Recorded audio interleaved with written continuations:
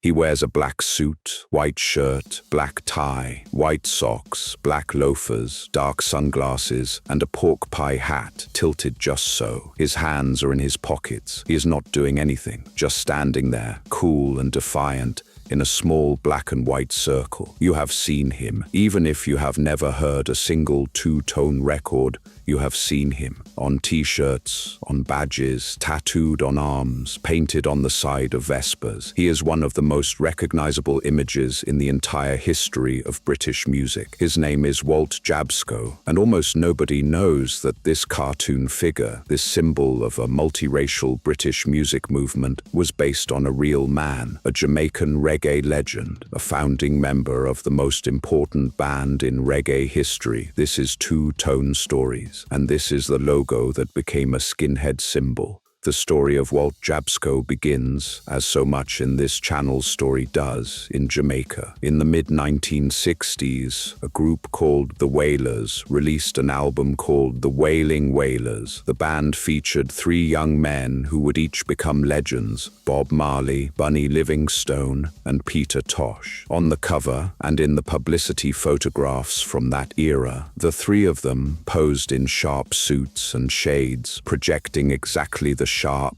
defiant, rude boy cool that Jamaican music was exporting to the world. One of those photographs showed Peter Tosh, long, lanky, languid, in a suit and dark glasses. And more than a decade later, on the other side of the world, a keyboard player in Coventry would look at that image of Tosh and see the perfect symbol for everything he was trying to build. That keyboard player was Jerry Dammers, and when he described what he saw in that picture of Peter Tosh, he used three words: defiant, Jamaican, hard. Those three words are the entire philosophy of two-tone, captured in a single image. Defiant, because the movement was a challenge, a stand against the racism and despair of Thatcher-era Britain. Jamaican, because the whole thing was built on Jamaican music, ska and reggae and rock steady, the sound that had come to Britain and created the multiracial working-class culture this channel exists to document. And hard, because this was working-class music, tough and uncompromising, with none of the softness of mainstream pop. Dammers took that image of Peter Tosh and, with the graphic designer John Teflon Sims, turned it into a cartoon. The real Tosh was reimagined as a sharp comic book character, the hands-in-pockets figure that would appear on every two-tone release. Dammers himself described the design,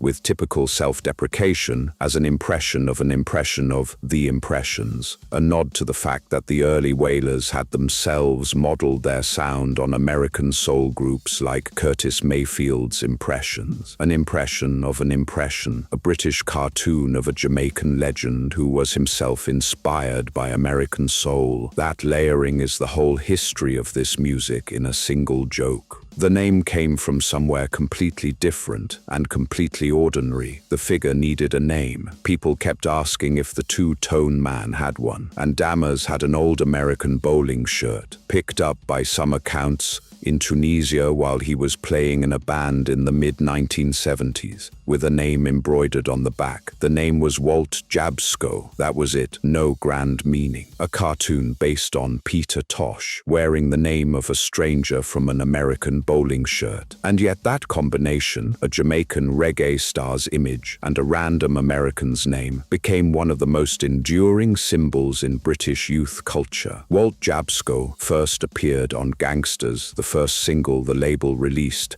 in May 1979. The record came in a paper sleeve, hand-stamped by the band themselves. From that humble beginning, the figure spread everywhere. Then there was the other half of the logo, the black and white check. Dammers introduced the black and white checkerboard pattern as a deliberate metaphor, as the far right was growing in Britain, deliberately stoking racial hatred. Dammers created a visual symbol of the opposite, black and white squares side by side, equal, inseparable, forming a single pattern. It was unity, reduced to its simplest possible visual form. You did not need to read a word to understand it, Together, the two elements, Walt Jabsco and the check, formed a complete visual language. As one of the designers put it, it was a brilliant image, simple, which said everything about us in a 3-inch circle of paper, everything the movement stood for. The Jamaican roots, the sharp, rude boy style, the message of racial unity communicated instantly on every record sleeve, badge, and poster.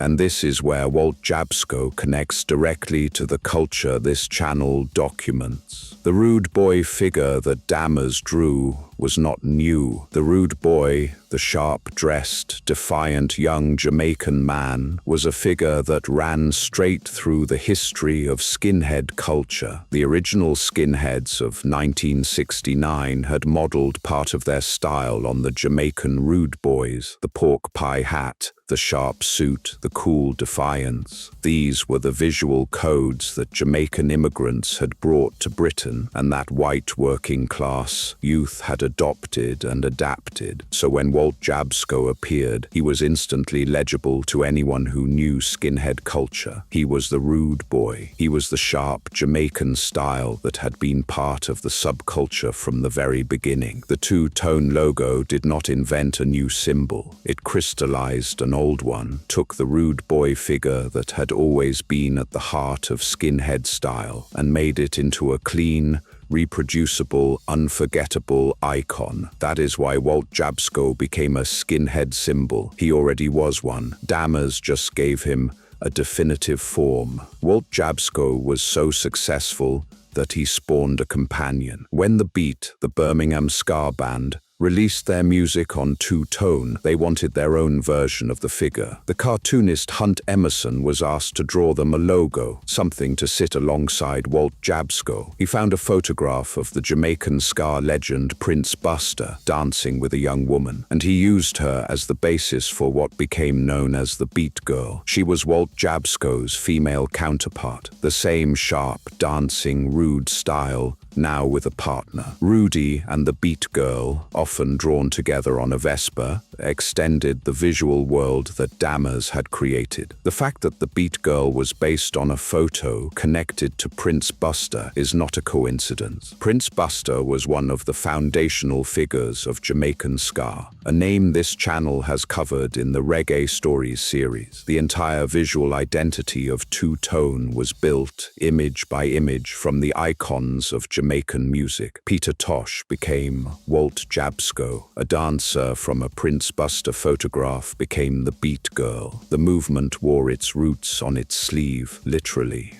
There is a bittersweet footnote to the whole story. The band never copyrighted Walt Jabsco. As Horace Panter, the Specials' bassist, later admitted, they could have made an absolute fortune. The whole world made badges and t-shirts and merchandise off that image, and the band saw almost none of it. The figure developed a life entirely of its own, independent of the people who created it. But maybe that is fitting. A symbol of unity, built from a Jamaican legend's image and an American stranger's name, drawn by a Coventry art student that escaped into the world and belonged to everyone. Walt Jabsco appeared on official two-tone releases until 1982, but he never really stopped appearing. He is still there, on the jacket of every ska fan, in the tattoo parlor, on the wall, in the 3-inch circle that still says everything. Defiant, Jamaican, hard, a cartoon of Peter Tosh